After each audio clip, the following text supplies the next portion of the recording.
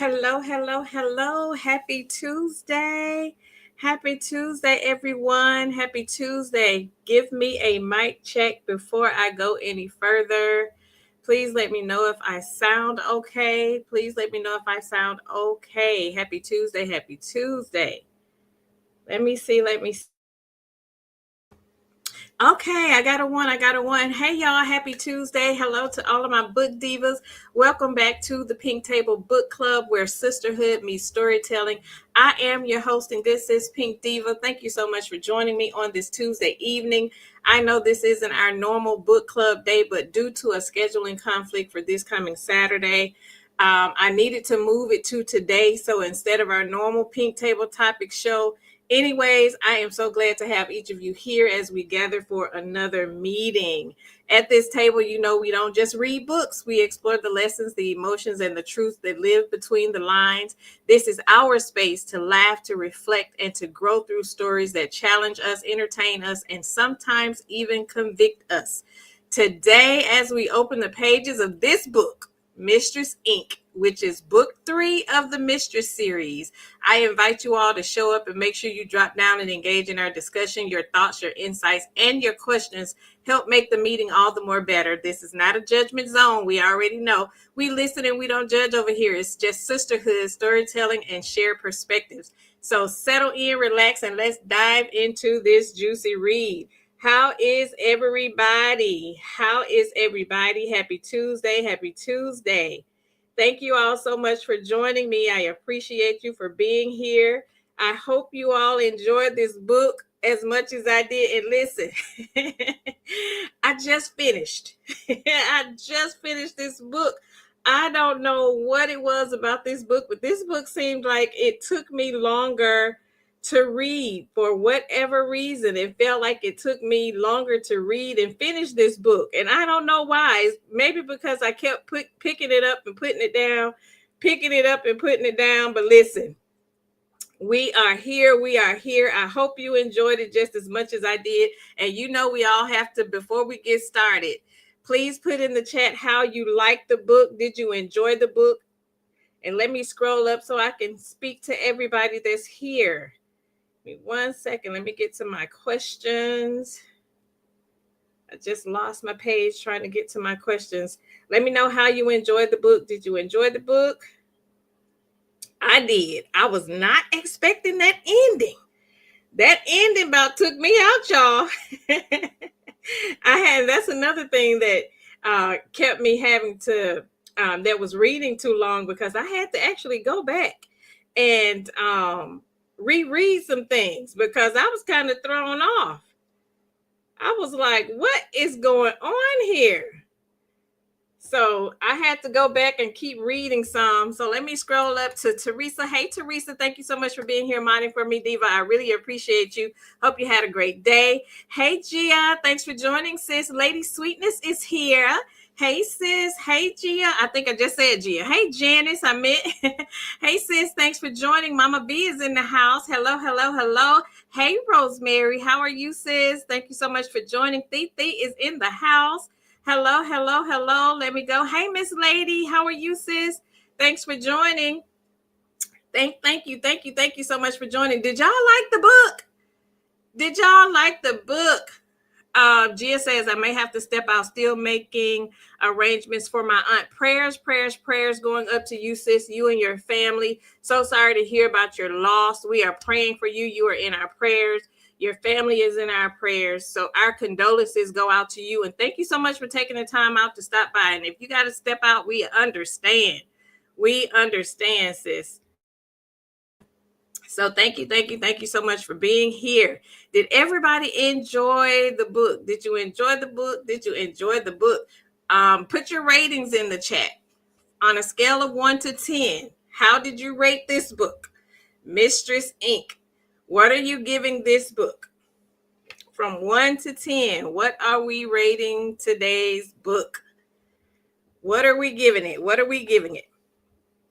Did you like it? Was it just okay? Do you feel like something was missing? Do you feel like you got a little bit more details in this book What are you feeling? What are your thoughts? Okay, Janice says a 7. Miss Lady says she liked it. Gia says I enjoyed it. Ready for the next one. Teresa gives it an 8. Miss Lady gives it an 8. Gia gives it an 8. Okay. Everybody seems to be pretty much on the same page. Everybody pretty much seems to be on the same page. Okay, everybody's giving it an 8, and I agree. Lady Sweetness gives it an 8. Okay. I think we're pretty much all on the same page. I will give it an 8 too. Rosemary gives it an 8. Okay. So we all read the same book, got the same understanding. Just a little bit of recap. As we know, we ended in book 2 with the pow pow being shot between Jessa and Eric. They were at Jessa's house, and it left us wondering who it was. Some of us assumed that it was Eric, but we didn't really know. And we were wondering, like, did he live?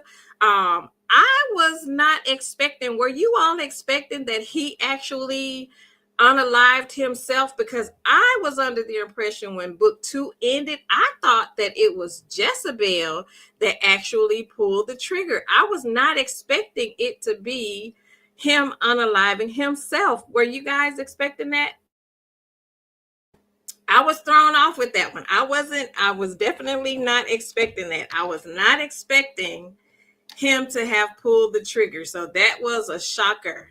That was a shocker for me. I was not expecting it. First question, Teresa says, nope. I'm still not sure Jessa didn't do it with her. Listen, I was like, yeah, I was, and you remember as we get into the book, Jessa kept talking about this secret that she had. I was thinking that was the secret.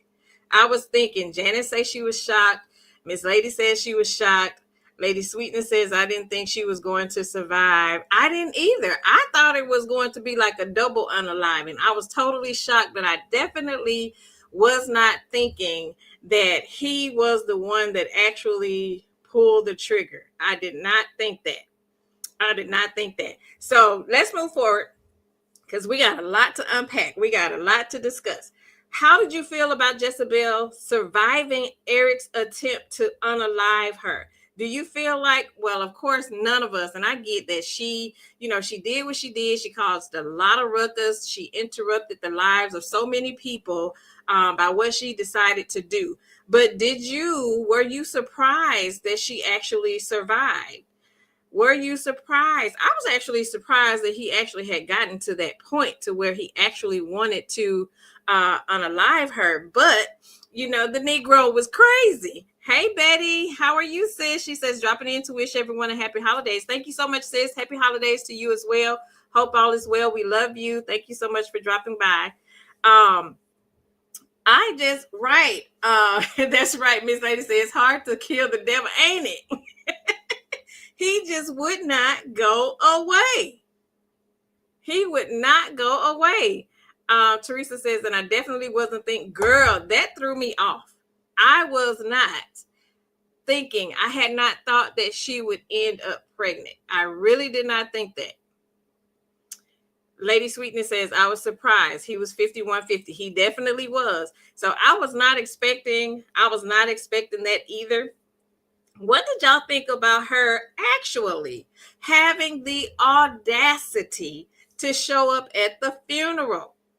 How did y'all feel about her showing up at the funeral? Because now she had contemplated before. Remember in the beginning, she knew that the funeral was coming up. She was talking about it and she had kind of talked herself out of going, but then she wanted to be spiteful and she decided to go anyway. So I was surprised that she showed up, but I'm glad they escorted her tail out of there because my thoughts were, okay, lady, you've already caused enough ruckus. And if the person just tried to unalive you and then he offed himself in front of you, why do you want to even come to the funeral anyway? Why would you? Because now you're still picking at the wife. You, regardless of what beef you had with Jamie, at the end of the day, that was that lady's husband, regardless of what they had going on behind closed doors, regardless of the fact that she had actually cheated on him first or whatever excuse you wanted to make up. that had nothing to do with you. And the nerves of her to actually have the audacity to show up at that funeral, because now you still poking the bear. You've already done enough. You're still poking the bear. So for her to go, I thought that was like she had the unmitigated gall to actually show up. Right, Lady Sweetness says the nerves. Teresa said it just proved to us that she was cray. Absolutely. It's some stuff wrong with her. But you know what? We found out a lot about her. So I was glad we were able to deep dive a little bit into her childhood and learn a little bit about her, because there was some points within the book that I really, really empathized with her. I really, really felt bad for a lot of the stuff that had happened to her as a kid. And then I could kind of start understanding how she was like she was, although it's not any excuses, because she still should not have been the type of person she was, and she still should have not violated her friendships the way she did. But I did empathize with her after we found out what it was that she experienced as a child. Janet says she should have sat down somewhere. She did that to herself. Absolutely. Absolutely. Yes, Miss Lady, they were both crazy. Rosemary says, I think she was certifiable crazy. Absolutely. I think she was too. And I think that we'll continue as we continue reading. We'll continue finding out more and more stuff. But I think she was crazy too, because she just wouldn't let it go. Like, she kept coming and coming and coming. I'm like, okay, girl, what more, do you want at this point? What more do you want? You keep poking the bear. Gia says, I don't wish death on anyone. However, she caused so much pain to a lot of people. She caused a lot of pain to a lot of people. And, we reap what we sow, right? So I didn't want him to unalive her, but, she put herself in that position. She put herself in that position. Next question. Do you feel the other woman or the other man, whomever the mistress person is, that's violating the marriage, do you think the other woman, the mistress gets more blame for the affair than the actual married person? Do you feel like they were putting more blame on Jessa than they were on Eric? Because Eric was the married one.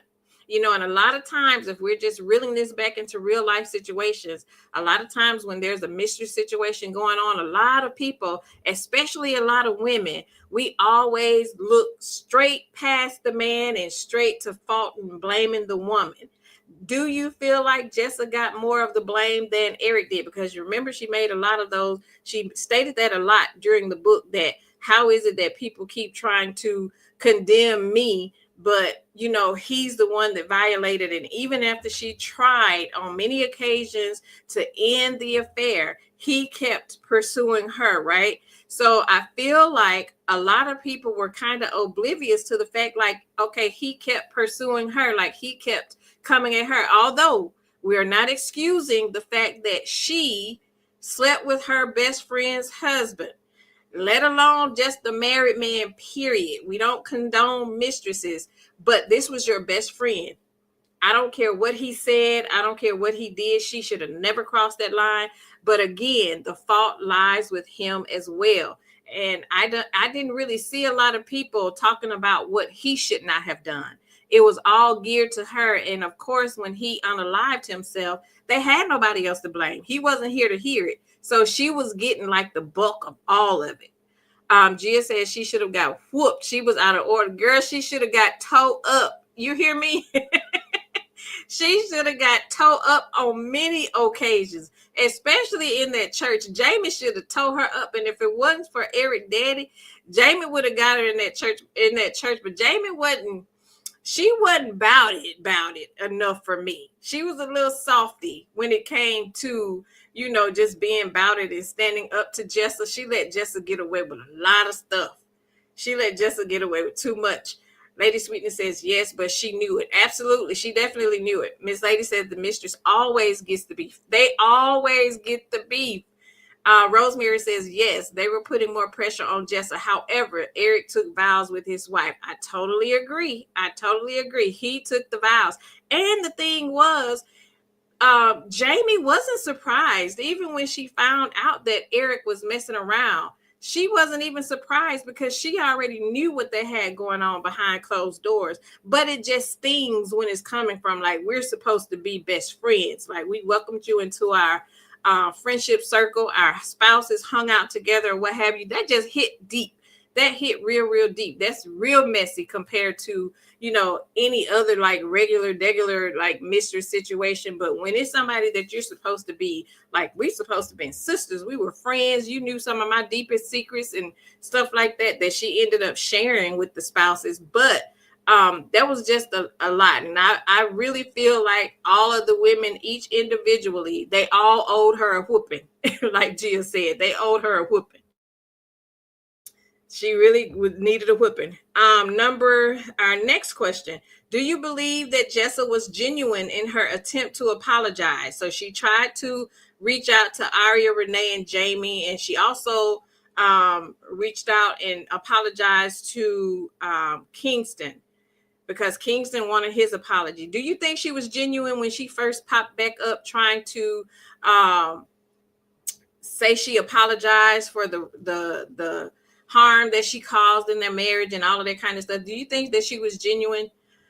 Teresa says that was the problem with Jessa. She was like family to the girls and sleeping with the husband. Absolutely. Lady Sweetness says no, she don't think she was genuine. Teresa says Aria wanted to get her back. That's why she had that restrainer. Aria was going to tear her up. Aria was going to tear her up. Teresa said no, she wasn't genuine. Lady Sweetness says no. Janice says no. I don't think she was either because she kept picking. Because to me, if you genuinely felt bad for the role that you played in the demise of a marriage, and you really were authentic in your apology, I don't think she would have continued trying to. She was still being a pest. She was still bothering them. She was purposely doing stuff because you remember when she found out she was pregnant, not even that far. When she was the day of the funeral, remember when they were gathering at Jamie's house for the repast, and she went to the porch and she played that video with her skank self. Girl, when I said it was so many points in this book that I was so pissed off at Jessa, I'm like, get her already. And I hate that she had that restraining order on Aria because I wanted Aria to tear her up. I wasn't expecting Jamie too much to do anything, but I really was wanting Aria to get her because Aria was about that life. I really wanted her to get her. When Jessa discovered that she was pregnant, she made the decision to try and sue Eric's estate. What did y'all think about that? On behalf of the child. So not only did you violate our friendship, you slept with my husband, had an affair. You were the cause of him pretty much unaliving himself because it happened in your house, and we really still don't know the full details. In all honesty, all we have is your word. We really don't know what happened in your house that night. All we know is that you say he was choking you out. He ended up unaliving himself. But then you got the unmitigated gall to pop up pregnant, and then you try to sue the estate because, again, you still poking at the wife. She could have went on about her business and not even told anybody or raised any alarm to have anybody thinking that she was even carrying Eric's child. She could have moved on somewhere and raised that child by herself, and Jamie and nobody else never would have known. But she kept, again, wanting to stick it in Jamie's face. She kept wanting to stick it in Jamie's face, but we soon found out it's because she had a secret competition with Jamie. She really despised Jamie's life. She really despised her. It's like, right, Janice, that heifer. Teresa says, I knew she was ghetto fabulous. Then you gonna cheat with the husband, have unprotected ex with, and try to sue. Girl, sit right. She was a whole skank. She was a whole skank. Yes, Lady Sweetness. She was definitely poking the bear. She really had it out for Jamie. It's like, okay, girl, you've done enough. Why do you continue coming after this lady as if she did something to you? You violated. And again, this is because Eric had sold her this pipe dream that he was going to be with her. But in her mind, Eric never told her he was leaving Jamie. Eric wanted his cake and eating it too. He wanted both of them. He wanted to continue violating Jamie at home, all the while he felt like he was punishing Jamie by trying to get her back. And we later learned that he could not take the fact that Jamie cheated on him first. That's why he became as deranged as he was. Because remember when Jessa was finally telling the story about her relationship with Eric, that's when he flipped because he wasn't expecting Jamie to cheat on him first. And that's when he kind of went out and got, well, yeah, because Jessa said that she and Eric didn't actually start messing around until after Jamie's situation with Pleasure. Right, Teresa, a real thought skate. Girl, I was pissed, Teresa, about the whole Pleasure. Like, you really, out of all the people you could have called, you gonna call Pleasure again. You still messing with that lady. You see how it is with these mistresses out here. Now, it's one thing for you already to be violating somebody's marriage by sleeping with their husbands. But see, then you start popping out and you want to keep on messing with the wife. You want to keep on antagonizing the wife and doing all of this stuff to Jamie. For what exactly? You already violated in the worst way. You slept with her husband. And then on top of that, if you got a beef with me, if you got the beef with Jamie and you sleeping with her husband, why did you pull Renee and Aria in it? They didn't have nothing to do with it. Their husbands weren't even involved in that kind of way. Why did you pull their relationship in there and have them going through all of that friction in their marriages and stuff? Because your beef was basically with Jamie. Why? Lady Sweetness says, treating Jamie like 50 Shades of Grey, wasn't she? Janice said they help her use all of the dirt Eric told her to throw in her face. She's messy. She very messy, but see, this is what those men do. You be laying over there pillow talking with the mistress, and then on Mad Day, she be collecting all of that stuff and just using that ammo. Then you give her the ammo to come at your wife. And that's where the tables kind of turn, because she took it upon herself to want to put the ball in her court by thinking, if I send this text message and I have these wives thinking that one of their husbands are cheating, then I know Eric, that's kind of like the lead way he can go home and tell Jamie that he's leaving, and then he'll come over here to me. But she failed in that plan because she saw that he had no intent. And this is what these mistresses don't understand. The Negroes never have any intent to leave the wife. They tell you that to get to suck you in and continue to have you just playing their little game, but they never have any intention of the wife ever leaving. And we found that out because the Negro didn't even change the wheel. Remember, he was so busy trying to get his lick back with Jamie, against Jamie with Jessa, that he didn't even change the wheel. Yes, Lady Sweetness, she was evil. She was evil. Gia said she had to have the feeling that she won. Yes, that's exactly what it was. She just kept she wanted the one up. She wanted the one up. That's exactly what it was. But so in the beginning, it talks about, we start with Jessa talking about the violent night that took place in the house and all of that kind of stuff. And now she's seemingly saying that she's on this path of redemption. She's trying to get her life together and all of this stuff. And this is when we found out at the beginning that it was actually Eric that actually fatally shot himself.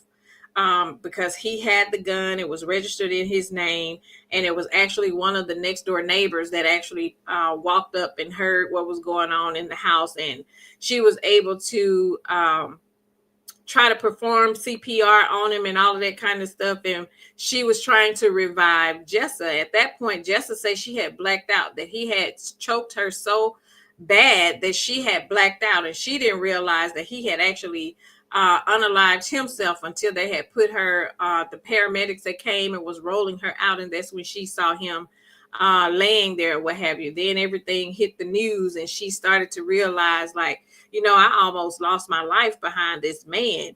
And she was like, now she was starting to feel like all the karma that was coming back on her because she betrayed her friend just so that she could have Eric.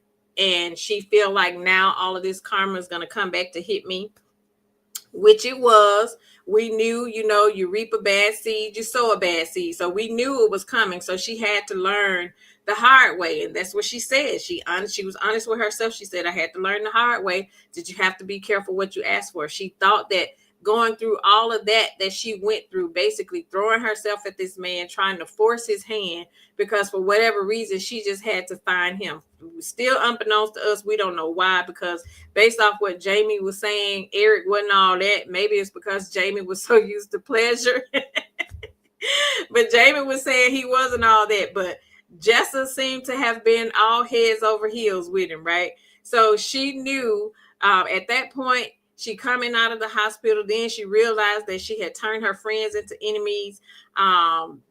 She was worried about, again, what everybody in the community was talking about. I was surprised that she actually came back to that community. Were y'all surprised that she actually showed back up to Richmond Hill? Because to me, I feel like she should have just packed her stuff, sold the house, and just left a long time ago when this stuff happened.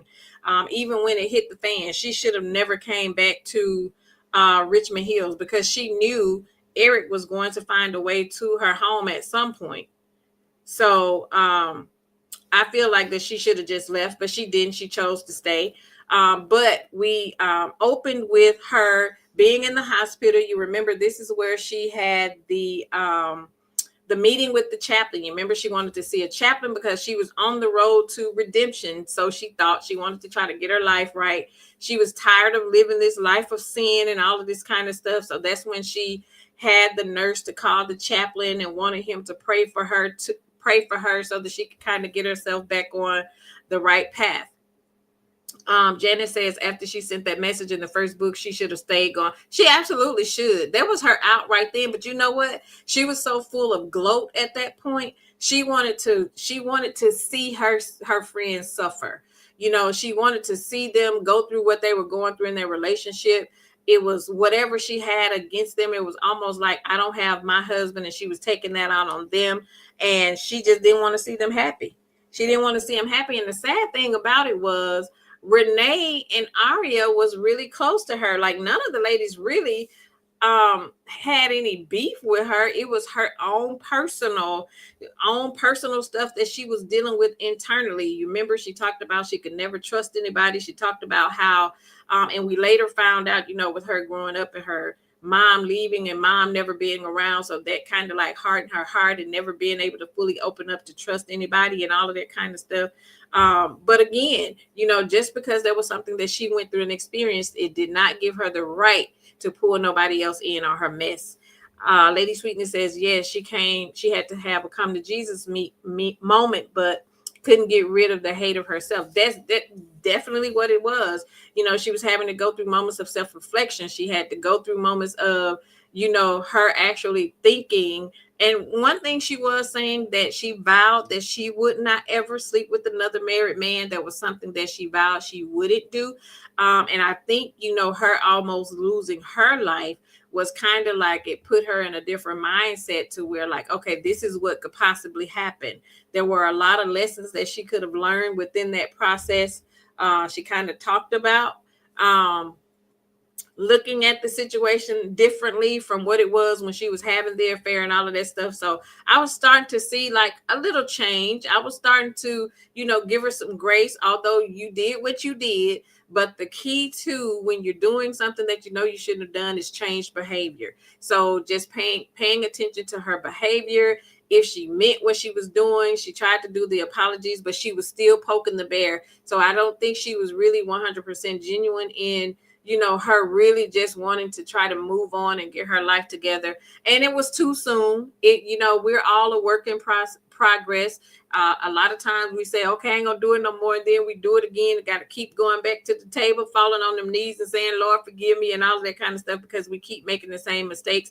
But I feel like if she had removed herself out of the community, so she wouldn't be in such close proximity with all of the other ladies, she wouldn't have those memories or to see anything that would continue to provoke her to act in the way that she was acting. So she should have took the steps to completely move herself from the community and all of the people in that neighborhood. Janice says, I know we haven't gotten there yet, but when her mama knocked the crap out of Renee, had me dying just imagining how quickly she put Hey, listen, I knew her mama was about to do something. Yeah, we gonna get there, but I knew that mama was about to do something. I said, okay, lady. But again, Jamie good, because that mama would have got the crap knocked right back up out of her. You hear me? Because out of all the stuff your daughter done did and said to me, and you got the audacity, because in reality, and and I kind of felt what Renee and Aria was talking about when they kept saying, do you really got to call the baby a bastard and all of that stuff? But if we're gonna keep it biblical, and if we're gonna call it what it is, he was a bastard child. And this is the unfortunate thing when children are born in these mistress type situations. Unfortunately, the kids always get the short end of the stick. And he was a bastard child because he was made out of wedlock and he was an adulterous child. And and I couldn't blame Jamie for feeling how she felt about the child, because not only did you sleep with my husband, throw it in my face, and cause me all of this hell, you also then now you bore his child. Now you throwing that in my face. And he was a bastard child. So I don't understand why Jamie felt like that was gonna come over as easy as she thought it was. I really don't. Lady Sweetness says exactly. She would have been able to change her life. Yes, if she had just moved away and really, really focused on trying to rebuild, she really would have. She really would have. And did y'all pay attention? Okay, so when we get to the funeral, she had the nerves to go to the funeral. And when everybody stood up, because the three ladies, Aria, Renee, and Jamie, they was ready to get her when they saw her coming in. But everybody else was looking like, girl, is she really here? Did she really have the audacity to show up at this funeral? And it was actually Eric's dad that walked out and escort her out and tell her that she didn't need to be there. Did y'all catch how he looked at her? How she said he looked at her when he was escorting her out? Did that raise your antennas? Because then I started side-eyeing him. I was sitting there like, okay, now you crazy just like your son, because what you really up to? So I really paid attention, because you remember she said it made her uneasy the way that he looked at her. And I was like, okay, what is the daddy on? And this was before they even knew she was pregnant. So I was kind of like giving him the side eye. Right. Girl, because that end of the book, made me cringe. You hear me, Lady Sweetness? I was like, not the daddy child. Oh, girl, I was sitting there like, girl, what? But yeah, it was a whole lot. It was, I was like, not the daddy. And then she went on to talk about her husband, Mark. So we were able to find out a little bit more about Mark and what happened to him. He had an accident on his motorcycle. She said he had to travel a lot for business, and that's how she was able to call on Eric. So she started painting a picture to show us how did her and Eric, get this relationship that they had. And she talked about Mark being traveling for business a lot, and when she needed something done at the house, it was always Eric that she would call. And Mark had a accident on his motorcycle. And he was her best friend, basically. That's all she had. She said that she wasn't one that was, so willing to open open up to a lot of different friendships or whatever. But she just said Eric came into her life unexpectedly, but he was what she needed at the time. And she also said if she knew then what she knew now, that she would have never crossed that line. She would have never crossed that line.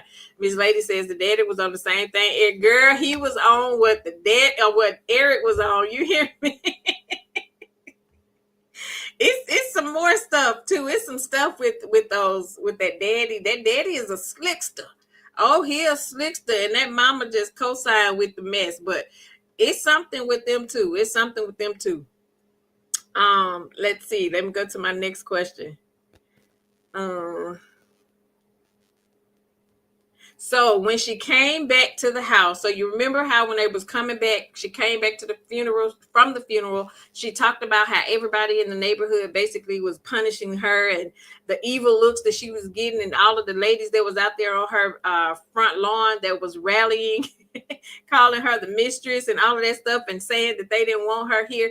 Girl, there's no way I would have stayed in that neighborhood. There's absolutely no way I would have just really felt comfortable just driving into that neighborhood and still staying in the same neighborhood that I was in with the man right across the way from the man I was sleeping with. But it was a lot of stuff going on in that Richmond Hills, y'all.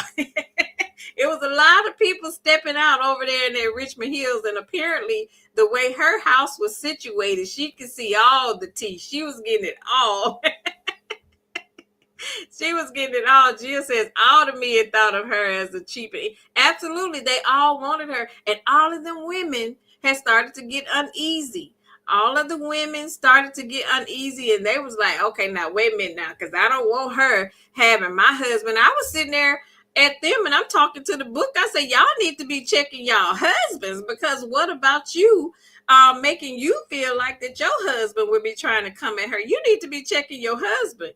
You coming at her, but she can't do nothing that your husband won't allow. So y'all need to be checking the men. Teresa say, "How you gonna stay in the same house?" Exactly, but you see, she said that she hadn't went into that living room since it had happened, and she had Keegan, the interior designer. She had Keegan to come over and redo the whole room because she said that she hadn't been in there. She said she hadn't been in there since it happened or what have you. Lady Sweetness says, "I would have had the HOA to make her sell her home." I would have too. I would have too. I wouldn't have been comfortable with her being there, because you even Lucky was looking at her crazy. The security guard at the gate, even Lucky was looking at her crazy. Even the what's the dude's name at the, was it the Terrace, the restaurant that they frequented? Even he was looking at her crazy when she came back in there to eat. Like, we ain't having none of what happened when you and Aria was in here the last time. You remember, that's where Aria popped her upside the head with that cell phone. Jill says she crossed that line in college. Yes, she did. Yes, she did. She sure did. Let's see. Let me go to my next question. Because that heifer. Oh, this is when the daddy grabbed her at the church. Mm-hmm. He was dirty too. She said he was crazy and just like his son. Then everybody, all of the news broadcasters start picking it up. All of the bloggers, she say, all of them was picking it up, and everybody started to want her to come in and start doing interviews and stuff, because she said the way they were telling her story was basically putting all the blame on her. They was painting her out to be the only bad person in the whole situation, and they was acting like Eric was a saint. So she was starting to feel a certain kind of way, as if her life wasn't real. So all of the ladies start to, she basically was thinking that she was being victim blamed. She was basically saying everybody just pointing a finger at me as if I didn't almost lose my life, because I think people were overlooking. And if we paid attention to the details, nobody was even talking about the fact that he actually choked her out. Nobody cared. Nobody wasn't talking about it. All they could see, and this is what these mistresses need to understand, is that once you get this mark on your head, this is all everybody gonna remember you by.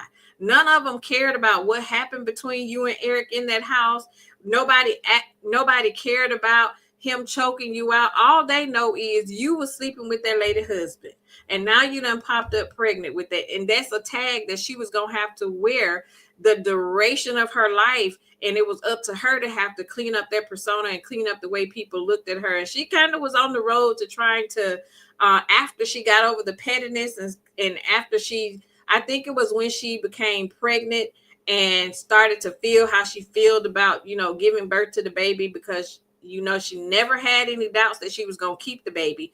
But that's when I think it started to really click that she needed to get her ish together.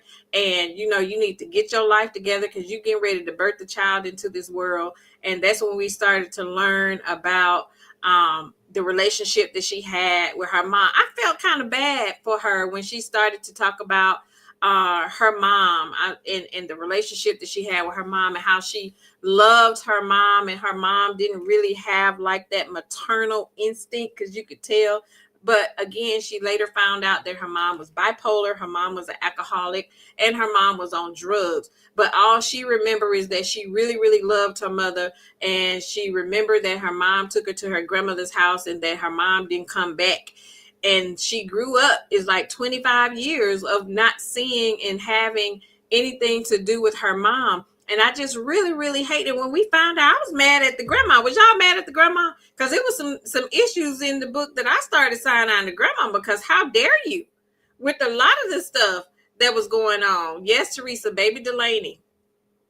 Lady Sweetness said the whole town cared about who he choked her. He had she left. She could have been away from the drama. She could have. She sure could have. She had the opportunity to leave, but she chose to stay. And, that's a part of it. She basically marked herself as being the mistress uh, in the town, in the community, because that's all people were going to remember her by, is that, this is what you did, to yourself. Rosemary says the Scarlet Letter. Absolutely. Absolutely. Teresa says that's the only part that was sad. Yep. Teresa said, I was so mad at the grandma. I was too. Lady Sweetness says the granny was a mess. Girl, wasn't she a mess?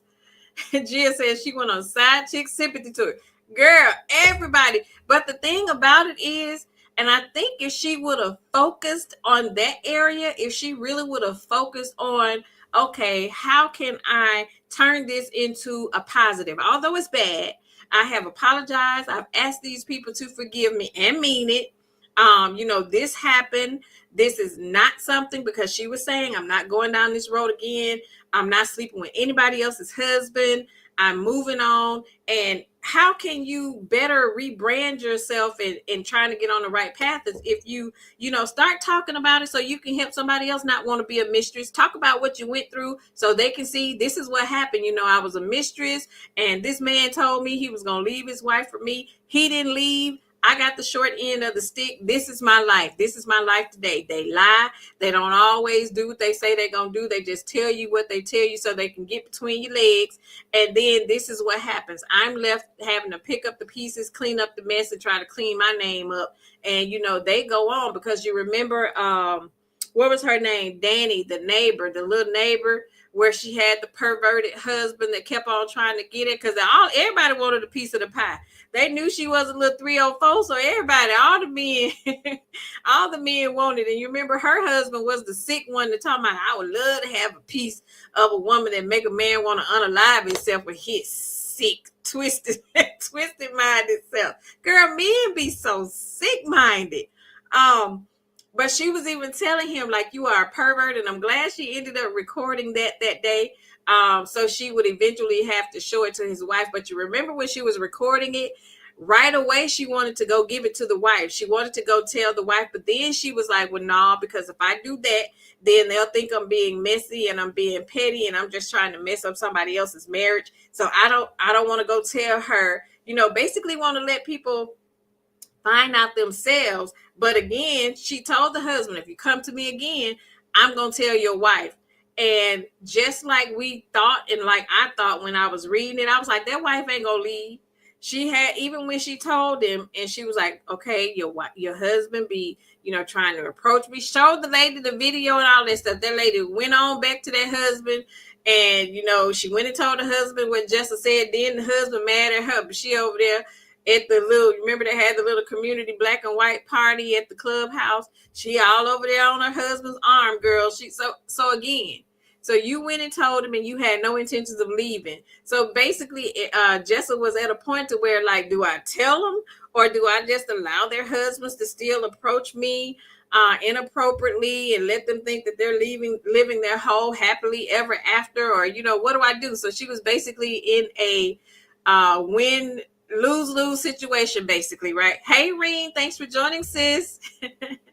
How are you? Happy Tuesday.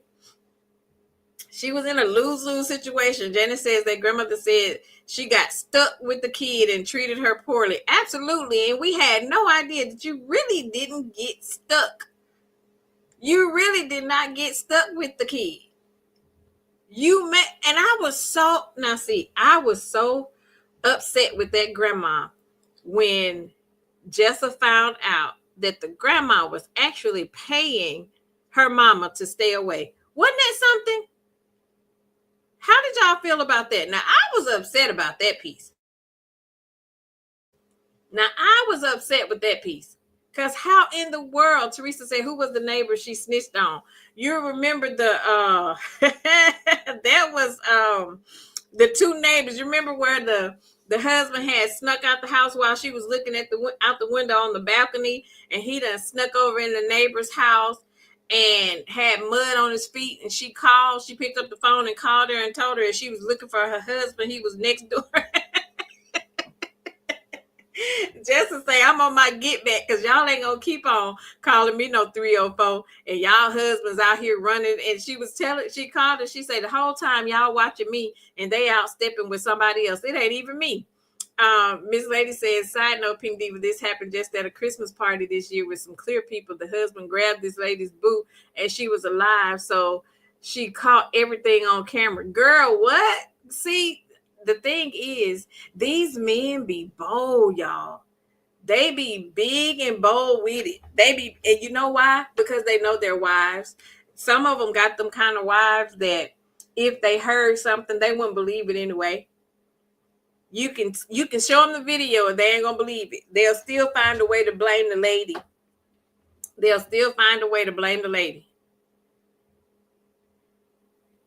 And speaking of, have y'all ever been in a situation like that to where you knew somebody that you knew their spouse was stepping out and you knew about it?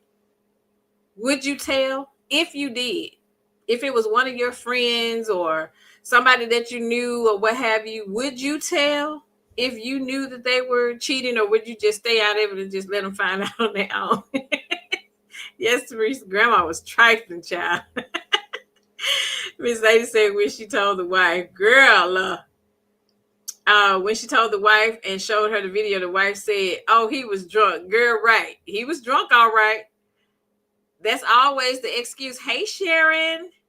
Happy Tuesday, sis. How are you?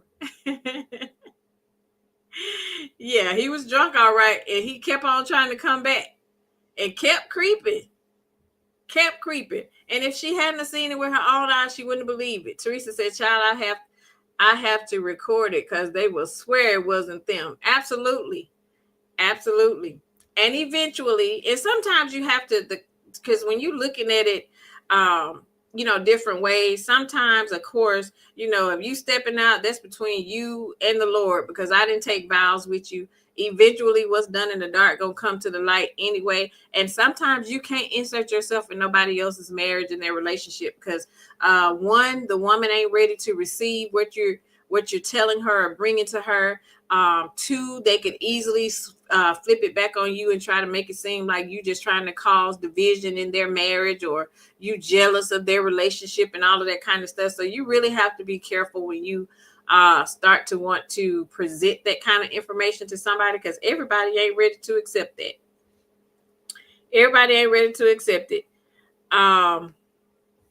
So sometimes you gotta just let them go, child, and figure it out on their own. And what y'all think about when she called Pleasure, when she found the business card that she had gotten from Jamie, and she called Pleasure over to her house and then had the audacity to want to call Jamie and the ladies outside to see Pleasure leaving her house. Now Pleasure was getting on my nerves. And I get, Pleasure was about his money and he was about his business, and he didn't know that Jessa had any connections to Jamie. He didn't know that. But Pleasure was getting on my nerve. I was sitting there like, okay, now, man. But yes, I totally agree. He was definitely trifling. Miss Lady says, yes, Teresa, if it would have been one of us, some furniture would have been moving. Girl, you didn't hear me? Honey, would have been towed up. Janet says she was so ridiculous for involving him in her crap. She was.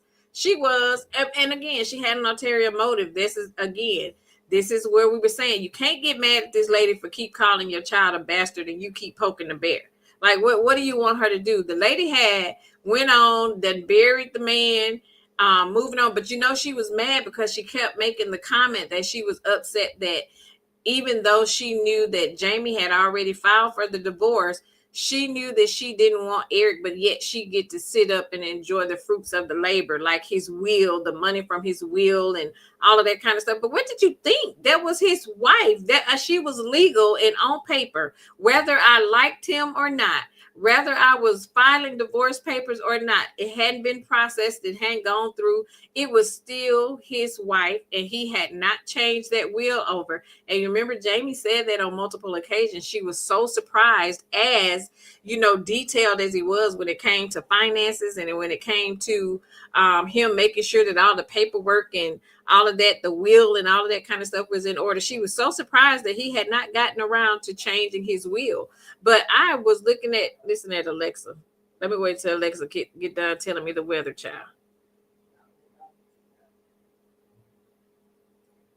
Okay. Excuse me. But she was basically saying she was surprised that he hadn't changed the will over. But again, this was this lady's husband, whether they were going through what they were going through. And that's why she couldn't get her life together, because she kept trying to control what was going on in Jamie and Eric's life. You were blaming the wife for something you and her husband did. She had nothing to do with that. She had absolutely nothing to do with that. And you remember when when she got out of the hospital, when she tried to send Miss Livingston, the little old lady that helped her call 911 when she was going through the situation with Eric, and she sent her some flowers, and Miss Livingston sent them flowers back. She like, "Nah, player, I don't want no part of this. You don't owe me no thanks. I don't want no part to keep your flowers, and staff from over here. Don't come over here with my husband. Don't do that." Janet says yes. She was so ridiculous for involving him. I read that. Yes, Lady Sweetness, he left everything to his wife. He sure was, Jill. Pleasure say, listen, I'm about my money. Whoever got the money, bring the money. I'm a co wherever you go. Lady Sweetness says, send them right on back. Exactly. Take your flowers, shove your flowers. I don't need no thank you, no nothing. We went into talking about her being at her grandma's house, and she's seeing the house. Did y'all feel sad when she found out that her mom ended up not even living far away from her? And I don't think we actually got any more details, as remember, because they kept talking about the grandma and kept telling us, like, you don't know granny, like you don't know granny. Even her mom said it. She gets what she wants. So it sounded like granny was a beast out in these streets, because they both said whatever she wanted, she get. So you couldn't really back down from what granny was telling you to do. But I kind of felt bad for her when she found out, for the first time. But when so let's fast forward to her going on the tour. As Gia say, she was on a mistress tour, child. She was writing, getting book offers. She was getting interviews left and right. She was going to tell her story, regardless of who wanted to hear it or not. But she wanted to kind of clear her name and wanted the world to know that she was trying to change for the better, and she was trying to get back on the right track. So she was basically using her situation as her testimony to try to help somebody else, because she was frequenting the church. And you remember she had met Henry at the church. Girl, we're going to talk about Henry too. She had met Henry at the church, and her and Henry had become friends, and he was praying for her and basically trying to help keep her on the right track. She had vowed that she would not have unprotected intimate activities with another married man or no man. She was going to stay celibate until after she had her kid, and actually got into a relationship. She became really good friends with her interior designer, Keegan. How did y'all feel about Keegan? Keegan was funny, but I was side-eyeing Keegan because Keegan was coming in a little hot. And I was kind of side-eyeing her. Yes, he was a plain old gigolo, Gia. He was, Lady Sweetness. Henry was such a good guy, and he broke his heart. She broke his heart. But you know what though? Henry needed to understand, like, he was being nice, And he probably had in his mind, like, okay, I'm respecting her boundaries. I'm gonna be nice, show up for her, pray for her, be there if she needs something. In his mind, like when she come around, she gonna choose me. That's how Henry was thinking. But she didn't feel the same way. And that's what these guys be having to need to understand, that just because you like them don't mean that the person gonna like you back. So he kind of was setting himself up for that disappointment, because they never had the conversation of, when you're ready to start dating, let me take you out on a date and all of that kind of stuff. So he kind of set himself up for disappointment.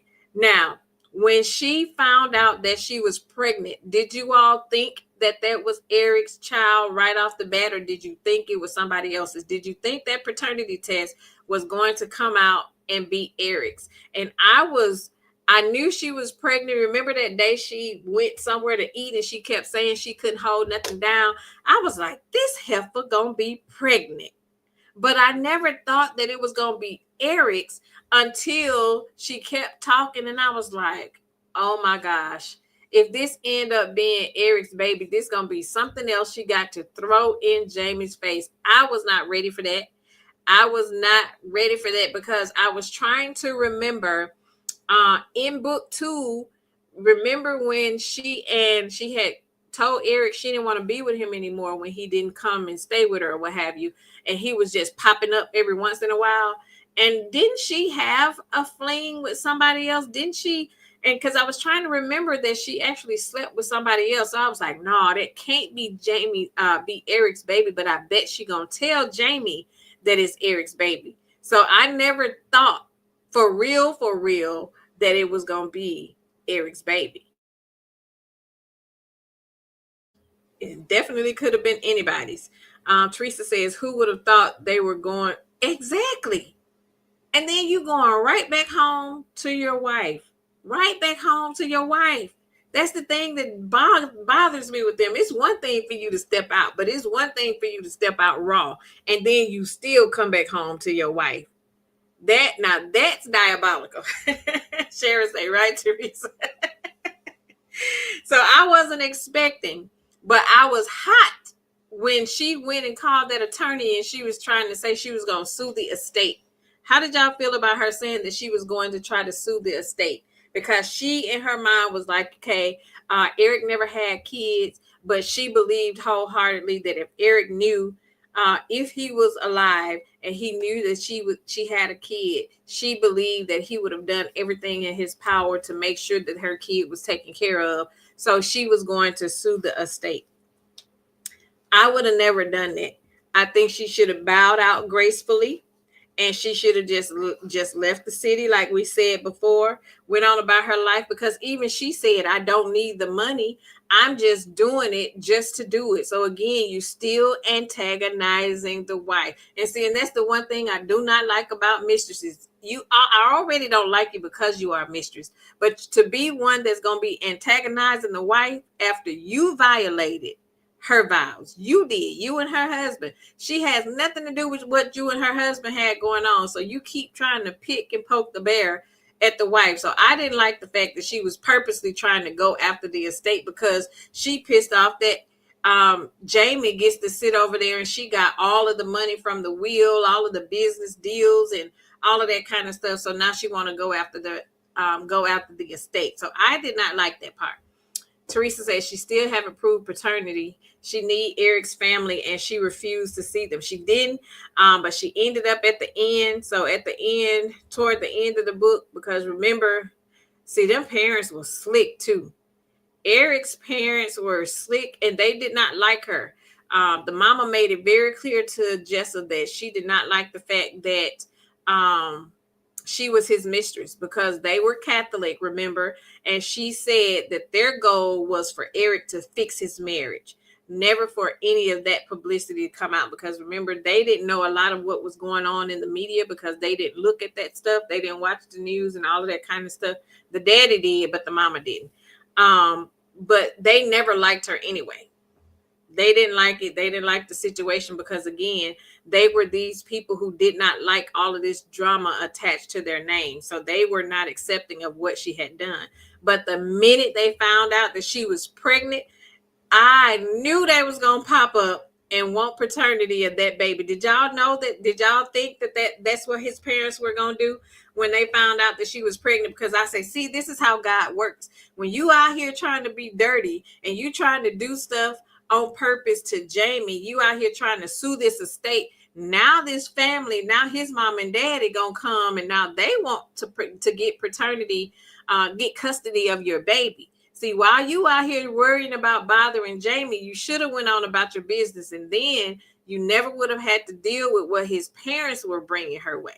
So I was glad in that sense, but I was still looking at his parents like, okay, y'all, the audacity of y'all to want to come in and want to try to take custody. I get you trying to, you know, get in good graces with her so you can actually spend time with your grandbaby because you lost your son. This is his seed and you want to be able to be in the kid's life, but that wasn't the way to do it. I didn't like the way they tried to bombard her with trying to force relationship with the baby instead of doing it authentically the right way. Teresa says she still haven't proved. Oh, okay, I read that one. Teresa said, I told y'all all the way up to tonight that I wanted to slap Jessa. That's how I feel still. We all still want to slap her. Janice said, especially when she was dead wrong. She was dead wrong. Sharon says, right. She was big, man. She was up and set. You hear me? Lady Sweetness says she was enjoying poking. Oh, she was getting a kick out of poking the bear. Yes, you did. Teresa says this book had 2,000 chapters. It did seem like it was longer. Yes, Karma and Dharma. They were a mess, but I didn't like the fact that they were going to try to force their hand to take custody of the baby because I did not like the offer that was on the table. Were y'all surprised at what dirt his daddy dug up on Jessa? Now, you remember, if we remember, all throughout the book, Jessa kept saying there was another secret that she did not want exposed. What did y'all think that secret was? Because she said it on many occasions that she wanted to forget about it. She wanted to just let it go. She did not want it exposed. Did y'all think that it was what it was? I was shocked. Now, I was clutching my pearls when I was reading that part. I was literally clutching my pearls when I was reading that part. I was not expecting it to be what it was. Janice says, ooh, we didn't think it was. Girl, I did not either. I did not either. Yes, Lady Sweetness. Rich people dig deep, especially when they got their mind set on something that they want to do. And again, she should have used that as a sign when her attorney, because remember, her attorney, Lincoln, was trying to tell Jessa, don't push this whole estate suit. Just let it go. File for the Social Security because that's what's owed to the child. Even though you don't need it, it belongs to the child. Stop trying to go after the suit and trying to sue this trust. Stop trying to do that. But she kept doing it against his better judgment. She kept telling her, and this is what happened. So now they're coming at you. And it just seemed like left and right. She was just getting hit with thing after thing after thing. And again, I kept reminding her, even though she wasn't hearing me, I said, now, Jessa, if you had just left that lady alone and just went on about your business, you wouldn't have to be dealing with what you're dealing with now. But this is a part of you reaping what you sow because you keep on poking the bear. Teresa said a child she had put up for adoption. She ain't put it up for adoption. That grandmama put it up for adoption. Yes, Lady Sweetness. He tried to warn her. She didn't listen. She had her mind set on what she wanted to do.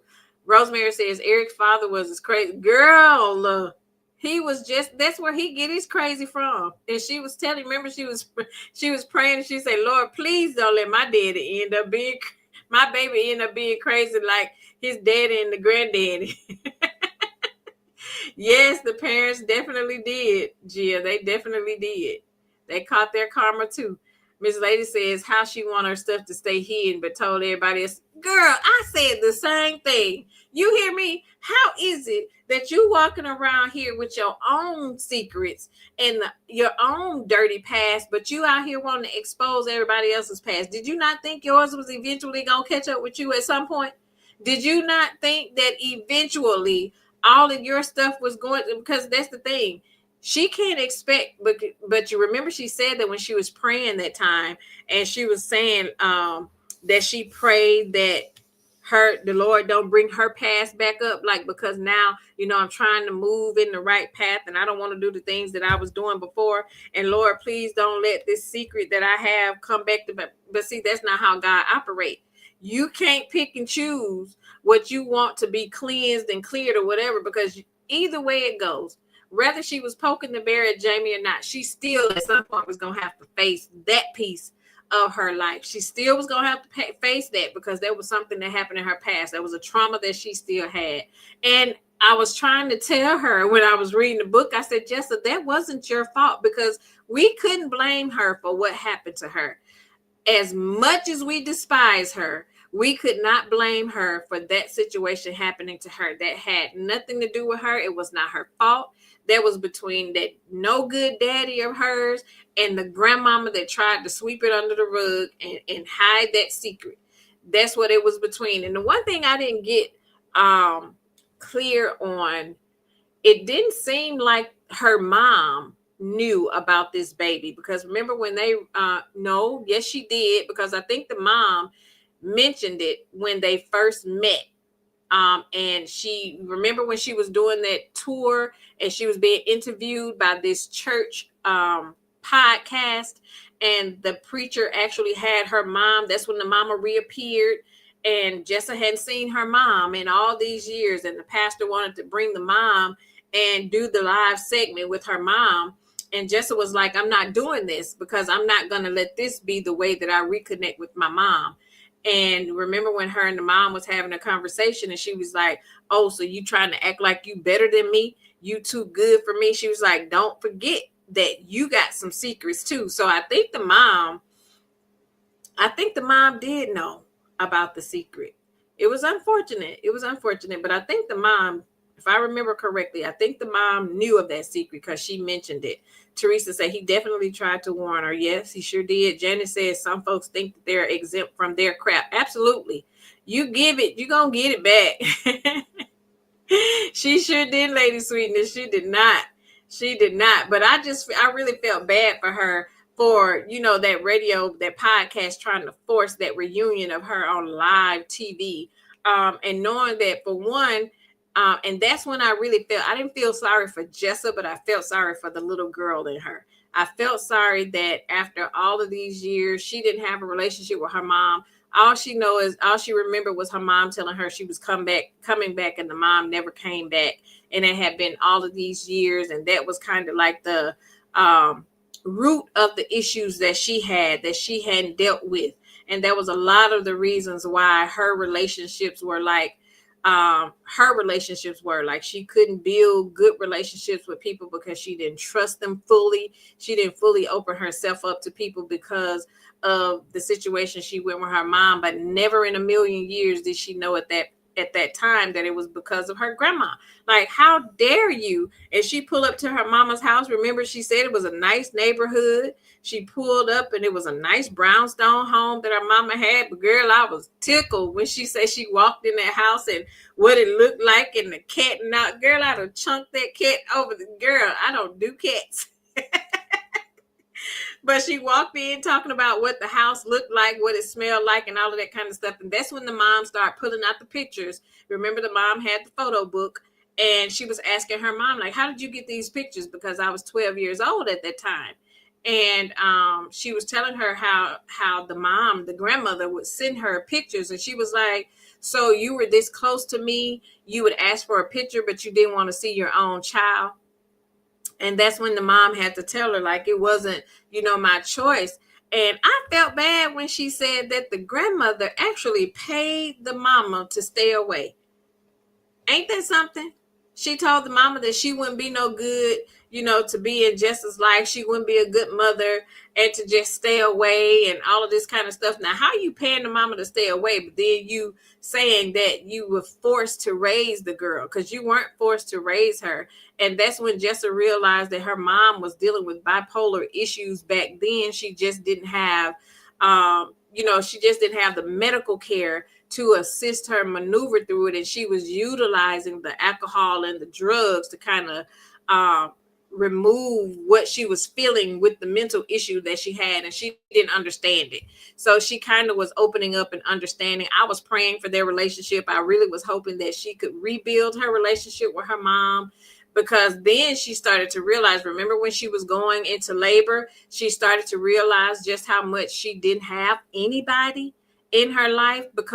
And I was sitting there, I was saying, see, so you done burned all these bridges with your girlfriends that could have been here with you while you were getting ready to go into labor. You slept with that lady's husband. You don't have your mama in your life. You don't have your grandma in your life. Like everybody she was trying to call when her water broke. And that's the moment that it clicked to her that she didn't have anybody. And remember, who was it? Aria's baby shower was going on at the same time that she was going in labor. And you remember she was looking outside, just reminiscing on what seemingly to be all the love that Aria was getting and all the gifts and stuff she was getting. And then she looked at her own situation and just like, oh, I just really don't have anybody. And that's when she opened herself up to want to start dating. Remember the captain on the yacht when she and Keegan went on the went on the little yacht when she needed a vacation from doing all of the little touring she was doing, the little mistress touring she was doing, and she ended up meeting what's his name? Tristan. What was his name? Let me skim through my notes to remember what his name was. And remember, he was trying to get with her when she was on the yacht, but she didn't. And he popped back up when she actually had the baby.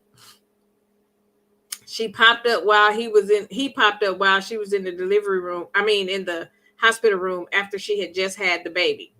And this is when remember Henry walked into the hospital. Now, how did y'all feel about that? Yes, Tyson. Thank you, Janice. Thank you, Teresa. That's what his name was, Tyson. Tyson wanted to hit it on that yacht, but she was strong. And she said, no, I ain't going to do it. And she held on because she said she was trying to fight through the urge.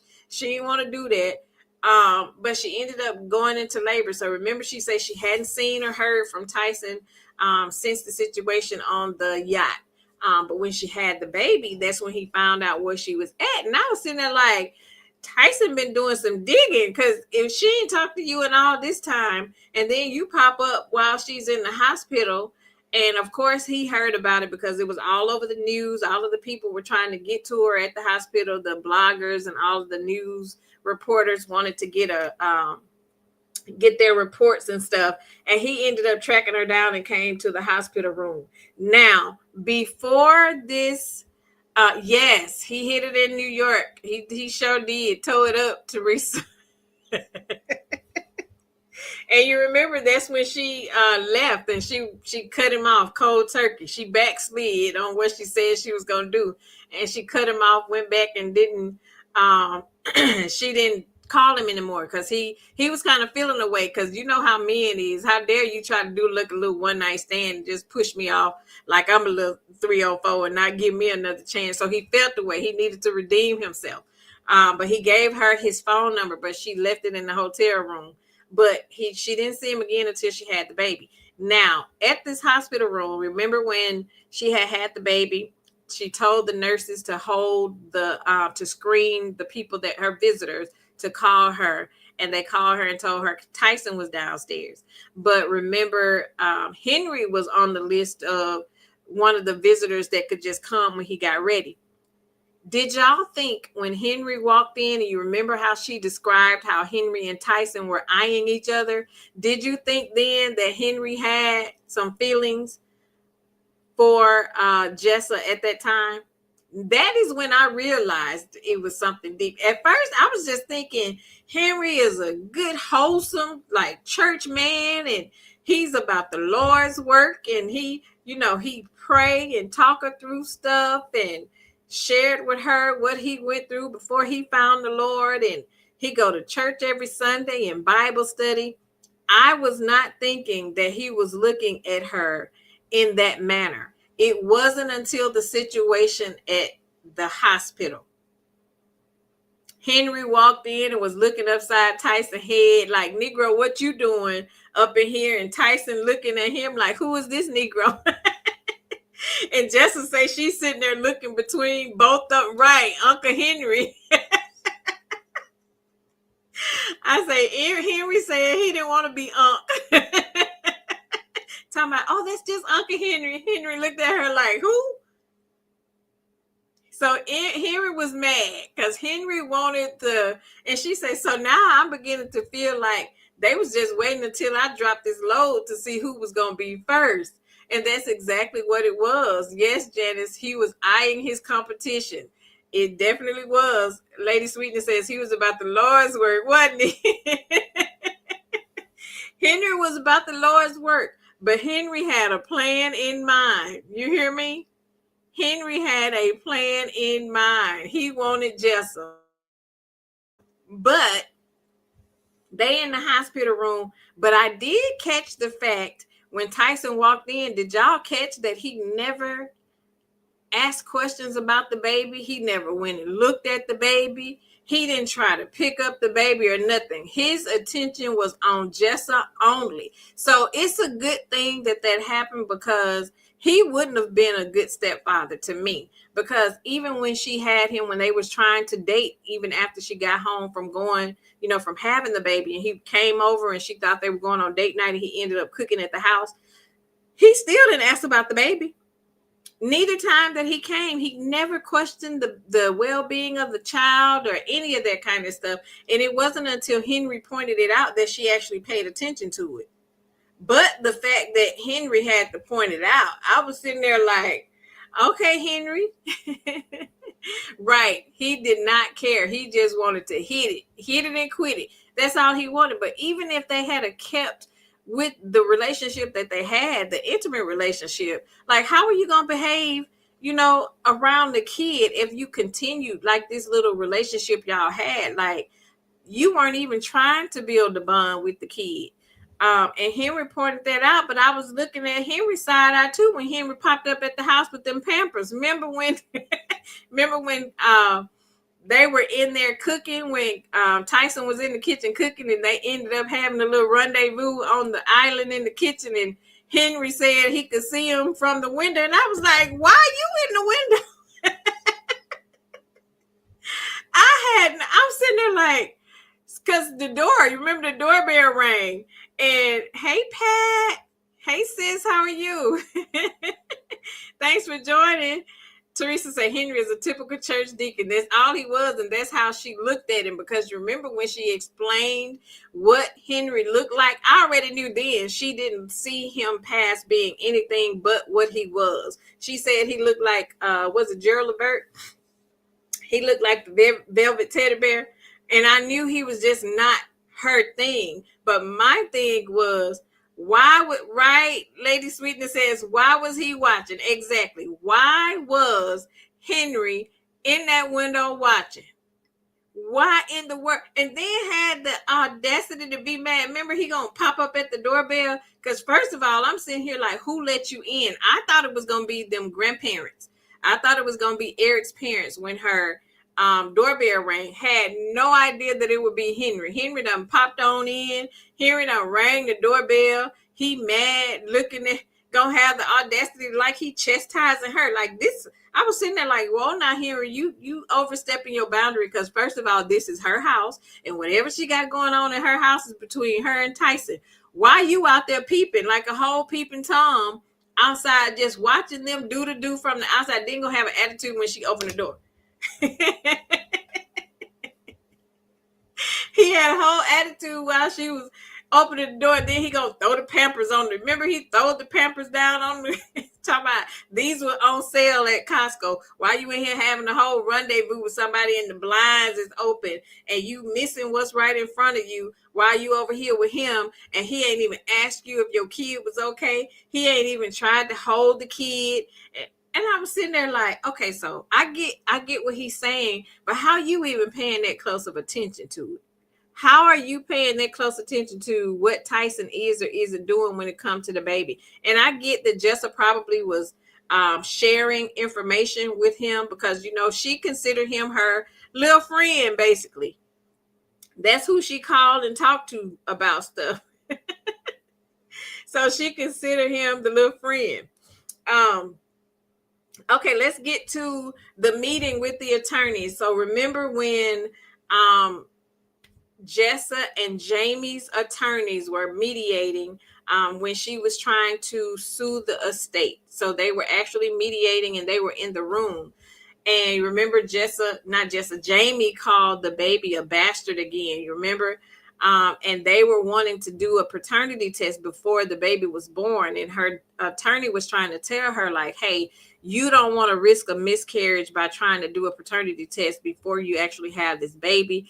Again, let's just back off with this. But she got mad and wanted to continue pursuing it because Jamie called the baby a bastard during the meeting. And remember, she threw the water in Jamie's face while girl, I would have jumped over that table and I would have tore her up that day. I was like, the audacity of you. You're the one trying to sue my estate. And then you gonna come up in here thinking that the ball is in your court. Like, no, you don't get to run stuff, especially when we didn't even have to be doing this. And you got bigger fish to fry anyway, because the parents want to sue you. And I was beginning to think too, I knew that this daddy of Eric's was, deep. He had some connections because they were very deep connected in the community. So I knew he was going to pull out all the stops when it came to doing this. But I was sitting there, I was like, okay, well, I don't think they have a lot of rights when it comes to grandparents, especially when, the parent is able-bodied and can take care of the kids. I didn't see where they would actually be successful in trying to sue her for custody, because that was a bit much. Like, how you going to try to sue me for full custody? Like, basically just take my kid. You can come to me and we can kind of talk about some visitation and being able to see the kid, but to outright come and want to sue me for full custody of my kid. And I was sitting there, I was like, no, I said, they probably won't win that because there's not a lot of laws when it comes to grandparents' rights. But then I had to remember who his dad was, and I knew how dirty they played. Right, Lady Sweetness? Jamie was not playing. Jamie was not playing. She was like, no, what you not going to do is come up in here and try to forehead push me. So I didn't like that. I didn't like the point to when she was doing it, but she could kind of tell that her options were, she was losing options, because now she decided that she didn't want to go forward with the lawsuit with Jamie because she had bigger fish to fry. What did y'all think about her sneaking in Renee's house and taking her gun? Now, for the life of me, I didn't understand why she was, and I was sitting there like, so now again, you trying to pull Renee in some mess that she ain't got nothing to do with. That's between you and that man's family, his parents. Why in the world are you sneaking in Jamie's house to steal her pow, and you gonna use it on his parents? Because what were you gonna do? Like, how were you? And I was sitting there, I was like, she's not thinking this out straight. Like, how is this gonna work? And I'm sitting here talking to the book like I'm talking to her. Like, I said, now how is that gonna work? You going in here and you trying to steal Jamie's gun. Jamie ain't got no beef with Eric's parents. What would be the purpose of her pulling the trigger on? Like, how are you going to work this out? I was sitting there like, okay, girl, out of all the plans that you could have came up with, why did you come up with it? You had enough money, or you could, yeah, right, she had enough money to get some hitmen or something to attack the parents or something, but you gonna go steal Renee's gun, y'all. All right, Lady Sweetness says trifling. She had plans on going. That's exactly where she was going. She wasn't gonna be in her baby's life at all because she was going straight to jail.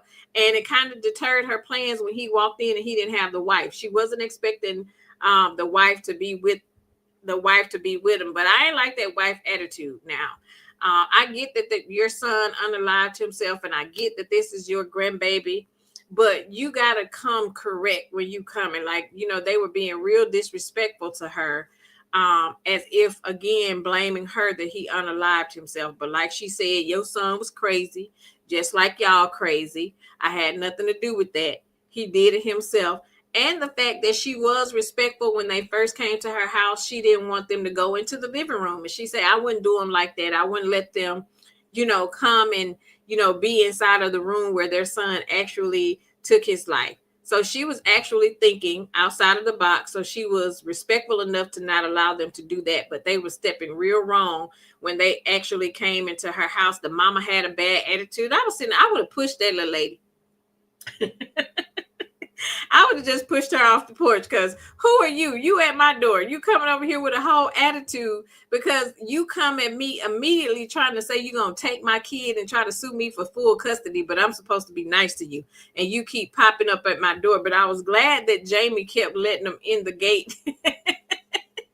You remember she was telling Lucky don't let them in. And the next thing you know, the doorbell was ringing and she realized that it was Jamie that was letting them in. So Jamie was being a little petty too, and I appreciated that for Jamie, because Jamie was trying to get her lick back. So I was glad that Jamie was letting them in the gate. But I still was not too sure about this whole plan with her trying to take the man out and using Renee's gun. I didn't like that. I didn't like that part. Sharon said, "Oh Lord." She was a mess, Sharon. She was a mess, and I would have pushed her little self. Janice said 2 times Jamie did it. She did. She did it when that process server came to serve them papers. Whose papers was that? Was it from the... Yes, you remember the process server came while the parents were in there, and they had the audacity to sit in there and lie and say they were going to try to take her for custody. They just wanted to be able to see the kid, and you had a process server come the same time you was up in there. Like, how you doing that? Right, Lady Sweetness. Jamie said it was her turn to be petty. It was her turn to be petty, because the audacity of her. Excuse me. So I was glad about that. I was so glad that Jamie was trying to get a little petty and get her lick back and keep letting people come in the gate. I didn't like the fact that, remember when they had the little pool party, not the pool party, the little black and white party, and Jessa gonna put on the red dress and pop up again. She was being petty because she could have stayed away. She shouldn't have been in the neighborhood still anyway, but the fact that she decided to go to this party, I didn't like that, because again, I kept looking at her like, how are you trying to move past this and you keep on trying to poke the bear? This is why you keep having issues with this man's parents, because you keep on doing stuff to Jamie and the other ladies.